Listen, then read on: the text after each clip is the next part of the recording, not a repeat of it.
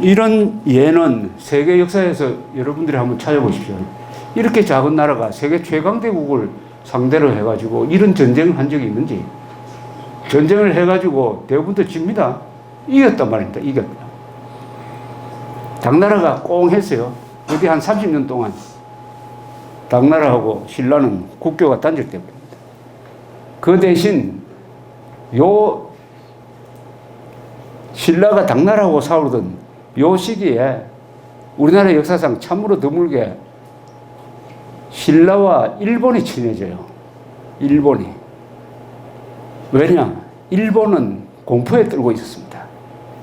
일본은 백제를 항상 후원했는데 백제가 멸망한 다음에 3년 뒤에 663년에 400척의 배를 만들어가 3만 명을 태워가지고 백제 부흥운동을 지원하기 위해서 대함대를 보냈다가 나당연합군한테 백총강의 해전에서 아주 작살이 나고 겨우 5천 명의 백제 관료들을 때리고 돌아갔습니다.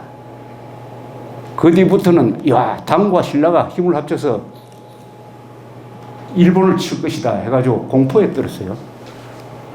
그래서 막 성을 막 쌓기 시작했습니다. 대마도에 가신 분들 뭐 아실지 모르겠는데 거기 가면 그때 산성이 지금도 있고 후쿠오카에 가면은 그때 해변가에 산 수성이 있습니다. 그런데 갑자기 신라가 일어나가지고 당나라하고 싸운다? 아이고, 이제 우리 살았다. 이래 된 거죠. 신라가 당에 대해서 방파제 역할을 대신해 주는구나. 그래서 신라와 일본이 한 30년 동안 친해집니다. 그때 일본은 신라를 배웁니다. 신라를 존경하게 됩니다. 일본 사람이 쓴 역사책에서 한반도에 대해서 항상 좀 낮춰보는데 딱 높게 평가하는 경우가 두 번 있습니다. 한 번은 신라의 삼국통일, 한 번은 대한민국의 발전. 두 경우를 아주 높게 평가를 합니다. 이것은 앞으로 상당히 우리 통일 과정에 대해서 시사점이 있습니다. 자, 그러면 어떻게 됐냐? 신라가 삼국통일한 다음에 동북아 정세는 어떻게 됐습니까? 평화의 시기가 왔어요. 신라가 삼국통일을 하니까 한반도가 안정이 됐습니다.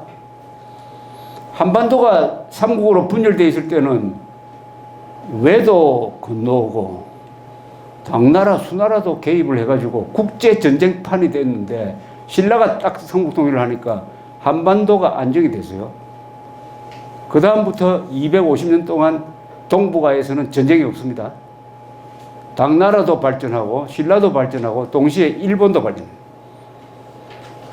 이것은 앞으로 남북통일이 이루어지면은 동북아시아가 북한이라는 그 암덩어리를 제거하고 평화의 시대를 누리게 된다는 거죠. 남북통일이 우리 주도로 이루어지면은 중국도 좋고 일본도 좋고 앞으로 이렇게 갈등할 일이 없어질 겁니다. 없어진다기보다는 줄어들겠죠. 한국이 통일되면은 전쟁이 없습니다. 한국이 분열되면 반드시 전쟁이 생깁니다. 삼국시대 때 전쟁이 있었죠. 그 다음 또 언제입니까? 고려 때 원나라가 쳐들어와가지고. 그 다음에 임진왜란. 그 다음에 6.25 청일전쟁, 러일전쟁. 다 한국이 분열되거나 약하면은 주변 국가들이 전쟁에 말려들게 됩니다. 한국이 강하게 버텨야 동북아가 편안하게 됩니다. 신라의 삼국통일에 의해서 동북아 전체가 고대사의 황금기를 맞습니다. 여러분들 일본에 가시든지 뭐 중국에 가면은 박물관에 많이 가시잖아요. 한국도 마찬가지죠. 제일 많은 유물이 언제 겁니까? 바로 이 시기입니다. 신라가 삼국통일한 다음에 한 250년 동안 한중일이 꽃피웠던 고대 문화의 황금기의 유물들이 다 박물관을 채우고 있습니다. 그때 신라가 전성기였어요. 그때 신라가 우리 민족사 처음으로 인류국가였습니다. 통일신라가 인류국가입니다. 그것을 증명하는 책이 하나 있습니다. 일본 내 원인이라는 옌인, 중국을 원자 인천할 때 그 인자를 쓰는데 옌인이라는 사람이 쓴 입당 구법 순례 행기라는 책이 있습니다. 번역되어 있습니다. 김순경이라는 사람이 번역했는데 아주 재밌습니다. 기행문, 세계 3대 기행문이라고 그래요. 그것은 일본 원인이라는 천태종의 스님이 장보고의 도움을 받아가지고 당나라에 가서 10년 동안 살면서 불교를 공부하고 돌아가는 과정의 이야기인데 거기에 신라 사람이 많이 등장해요. 그때 신라 사람들이 당나라에 진출해가지고 매우 활발하게 거점을 두고 네트워킹을 해가지고 살고 있었던 이야기가 자세하게 나오는데 그걸 읽어보면은 그게 9세기 때입니다. 야, 이 신라 사람들이 정말 정직하구나, 조직적이구나, 배를 잘 몰았구나. 아, 이 사람들이 인류 시민이었구나 하는 것을 저절로 알게 됩니다. 그 책을 읽어보면. 장보고에 대한 연구는 그 책을 통해서 주로 이루어졌습니다. 인류 국가를 만들었습니다.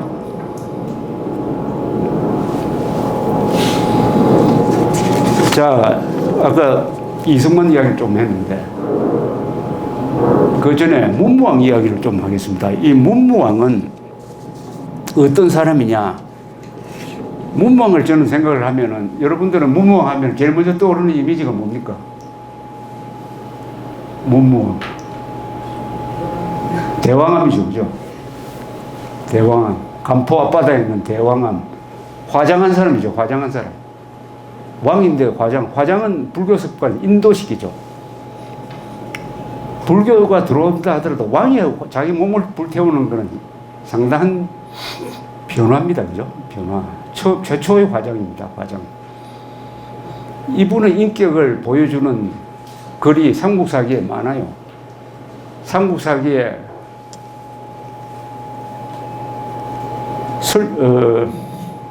강수란 사람이 대필을 한 것으로 알려진 답서린기서란 문장이 있습니다. 당나라 장군 서린기한테 보내는 답신이란 뜻이죠. 답서린기서란 문장이 삼국사기에 길게 되어 있습니다. 이거는 우리 민족사 최고의 문장입니다. 그걸 읽어보면은 그 당시 상황이 눈에 선하게 나옵니다. 그 고민, 신라가 삼국통일할 때의 고민이. 그 다음에 무엇보다도 문무왕의 유언이 유명하죠. 문무왕의 유언. 거기에 화장을 하라는 내용이 있습니다. 이 유언은 어떤 일본 학자가 읽더니 이 고대 시기에 이런 글을 쓰는 왕은 권력자는 일찍이 없었다면서 이걸 가지고 논문을 쓴 게 하나 있었습니다. 문무왕의 평화지향 뭐 이렇게 썼는데 그 여러분들이 갖고 있는 그 제가 쓴 원고의 맨 뒤에 있습니다. 이 명문입니다. 상곡은 변하고 세대는 바뀌기 마련이다. 오왕의 북산 무덤에 금으로 채색한 새를 볼 수 없고 조조의 선흥에는 오직 동작의 이름만 들을 뿐이라. 옛날 만기를 다스리던 영웅도 마침내 한무더기의 흙이 되고 만다. 초동 목수는 그 위에서 노래하며 여우 토끼는 그 곁을 구멍 뚫는다. 한갓 자재를 낭비하여 허사와 비방만을 책에 남기고 헛되이 인력만 수고롭게 할 뿐 사람의 영혼을 구제할 수 없는 것이다. 고요히 생각하면 마음의 아픔을 금할 수 없으니 이와 같은 것들은 내가 즐겨하는 바 아니므로 죽은 뒤 10일이 되면은 창고 문의 바깥들에서 인도 의식에 따라 화장하여 장사 지내고 복의 경중은 규정이 있으나 상의 제도는 애써 금약하게 하라.